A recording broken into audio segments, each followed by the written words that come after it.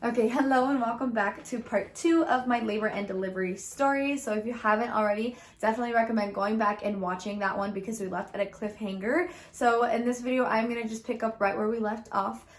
So we left off where I told the doctor, go get the go get the anesthesiologist. I want the epidural. Give it to me. So they had just left. I looked at Javi. I was like, her head is coming out. As soon as I said that, I told him to go get the doctor. Audra actually walked in and I was like, her head's coming out. We need to get her out. And she's like, let me check. Let me just make sure. And I was like, I'm telling you right now, her head is coming out and I'm going full exorcist. Like, it was so weird. Like, something took over my body. I couldn't even control myself. Like, I felt like I was just going crazy. Like, I was pushing already. Like, it gives this weird sensation where you just feel like you have to push. So I was pushing and she was, as soon as she stuck her hand right there, she was like, yep, you're at 10 centimeters, like, we're ready.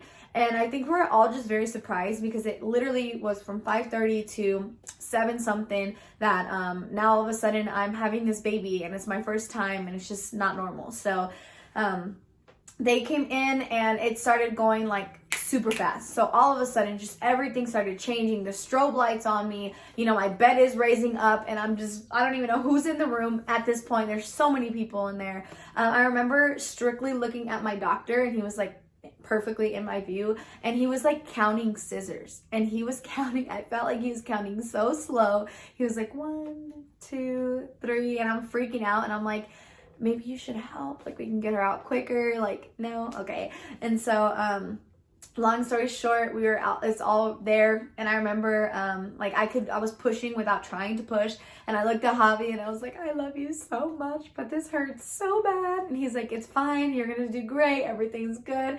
And then it was time to start pushing. And at this point, because of COVID, I wasn't able to join or, you know, be in any classes. I wasn't able to get any information basically besides what was on YouTube. So I, you know, watched videos before I went into labor. But of course, once you're in that much pain, like it just, everything was gone. So she was trying to teach me how to push and I was just not getting it. So she was like, okay, Emily, we're going to push. And I was like, okay. And she's like, you're going to hold your breath. And I'm like, I got this. Like, I'm a rock star. As soon as it was like 1, 2, 3, okay, hold your breath. And I don't know why, but I kept making this weird sound. And I was like, it was like the movies, like, you know, when you see the movies and they're making those weird ass noises. Sorry for cussing grandma, but that's kind of how it was. And so she was like, no, Emily, like, we're gonna hold our breath, okay? And I was like, okay. And then finally, like, after 8 tries, I actually held my breath and she's like, okay, good job. And I was like, thank you, Audra. And they're all laughing at me like I'm being so nice, and I was just like, I don't know, it was weird. And so it took me probably about 10 minutes to push her out, okay? Her head, I was like, does she have hair? Like, is she out? And they're like, not yet. And I'm like, are you sure? Like, it feels like she's out already. And they're like, no, not yet. And I'm like, honey, does she have hair? And he's like, I don't think, not yet. Like, there's nothing out there yet. And I'm like, what the heck? Like, I felt like I was pushing so hard, okay? Then finally her head came out. And I remember it took me 2 pushes to get her shoulders out. I felt that very vividly. I felt it, okay? And of course, at this point, I had absolutely no medication besides the drowsy medicine. The reason why I decided to do the drowsy medicine is because I thought it was just going to put me to sleep and then I would be able to work through my contractions. And that was kind of the purpose of that medicine. I did not want the epidural because I'm scared of needles. I was scared that after the epidural that some women have back pain or some women kind of just struggle with it afterwards, and I was scared of what would happen afterwards. And then of course I wanted to do it naturally. So the epidural was just something that I knew that I wouldn't be able to feel. Like I've had women say kind of like they can feel the pressure but they weren't able to like feel it. Like I literally felt her head, her shoulders, her entire body. Like I felt everything come out, you know? And that was kind of my goal. Thinking back now, I feel like I'm crazy because that's, who wants that? I don't know. But that was kind of my goal and I really wanted to stick to that. And after about 10 minutes of pushing, she finally came out. They put her on my chest and I think that the first thing I said to her was like, hi baby, or something like that. because of COVID, like I said, we weren't able to take any pictures. We weren't able to record anything. So it was a really intimate experience because Javi got to see her, Javi got to see me. Like we all were all, you know, I got to see Javi, the baby, like everything was just so quickly. But it was really precious to me, like, because we didn't have any pictures. We didn't have the first moment when she was on my chest. We didn't have the moment of really anything. So all it is just memory. So I could be telling a whole lie right now and nobody would know. No, I'm just kidding. But truly it was a great experience because of COVID.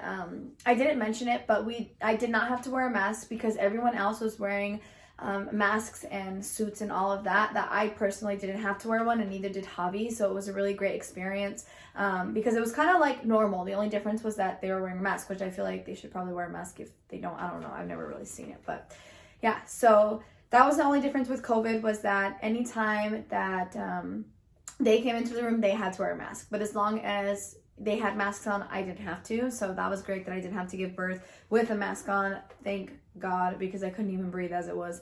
And so after she was put on top of me, I got to actually push out the placenta. So I had to push that out after Penelope, and then Javi got to cut the umbilical cord. They took her and then cleaned her up for like a little bit, took her weight or whatever, and then gave her back to me. I held her for a total of probably over an hour. Like we literally did skin to skin for over an hour, and it was so awesome. Like I felt like complete, like everything was great. However, before, you know, that hour of beautiful skin to skin time, I actually tore a little bit. So he had to give me some stitches. So I'm holding Penelope and my legs are still up.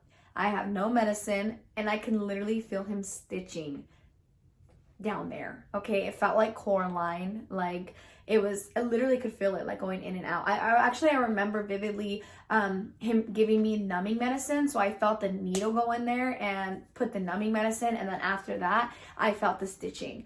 And it didn't hurt. Like I feel like I just pushed out a baby, so it wasn't like crazy, but I definitely felt the needle and I was like, this is really happening. Like I'm holding my baby and I'm getting stitched. Like what is going on? But yeah, so it was awesome to see Javi cut the umbilical cord. That was great. So the only thing is that I pushed so hard, okay, and I was probably doing it incorrectly, that I popped like all of the capillaries in my face. So it looked like I had acne, like I had red bumps all over my face. And so once I was holding her and we were doing skin to skin, Javi kind of started taking pictures. So Audra actually took a picture of him cutting the umbilical cord. She grabbed the phone and like did it, which was super awesome. But Javi broke his phone and we actually lost those pictures. And then Javi started taking pictures of me holding Penelope. And then he noticed that like my face had like a lot of red dots. And he kind of stopped taking them. And I was like, what's going on? And I was like, do I look crazy? Like afterwards, like a long time later, I was like, do I look crazy? And he's like, no. And I'm like, don't lie, like, do I look crazy? And he's like, no. And I was like, why are you lying? Like, what's wrong? And he's like, you have lots of bumps on your face. And I was like, what? And he's like, you have like red dots all over your face. And I'm like, shut up, like you're lying. And he's like, no, I'm serious. And I was like, what? So I opened my phone's, like my front camera, and I had red dots all over my face. And I didn't know why, and I was so confused. And it was because I literally strained and pushed so hard. Now I popped blood vessels in my eyes. I popped like all of the capillaries, I think is how I'm saying it. I don't know if I'm saying this right. If you're a nurse, I'm so sorry. But I popped everything in my face, okay? And I looked like I had red dots all over, but my face was super smooth. So it was just really weird. That was one thing. So I didn't really like to take pictures like for a while unless I had makeup on, because I was like, what the heck is going on? It was so weird. But yeah, that's how hard I pushed her. And then that was pretty much it. We did skin to skin and I didn't even cry. It was so weird. I didn't cry when she first came out, but Javi left to go downstairs to pick up food, or like my family met him with food at the door. And he left me alone with her, and I was in there and I was holding her, and he came back. I was sobbing, dude. I was like ugly crying. I was like, she's so beautiful. And he's like, what's wrong? And I'm like, she's so beautiful. Like, this is crazy. Like, craziest thing ever. But it was also like the best experience because I don't know about you guys, but if your mom is around and you're sick, you just get worse. Like, you get more sick just because your mom babies you, you know? And so I would have loved to have my mom there, but at the same time, I know that if my mom probably was there, that would have been the biggest crybaby ever. But having Javi there, like, obviously he's my support person, the love of my life.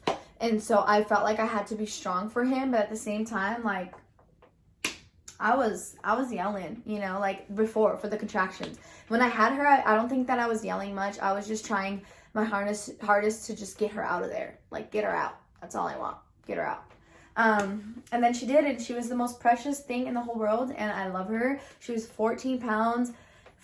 No, sorry, 14 pounds. She was 4 pounds, 14 ounces. I think she was 18 inches. She was the skinniest little baby in the whole world. We brought newborn outfits for her, did not fit her. She was in preemie everything. Her diapers were smaller than my hand. She was just the sweetest thing. But because she was healthy, they let us go like the next day.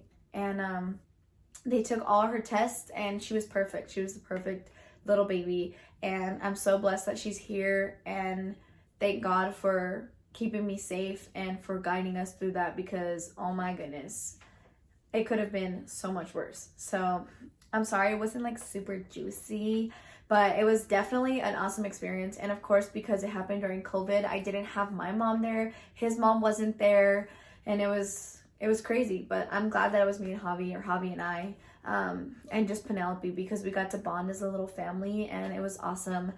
And yeah, that was about it for my labor and delivery. But I would love to do it again. It was so easy for me. It was such a breeze. My pregnancy was a breeze. My labor and delivery was a breeze.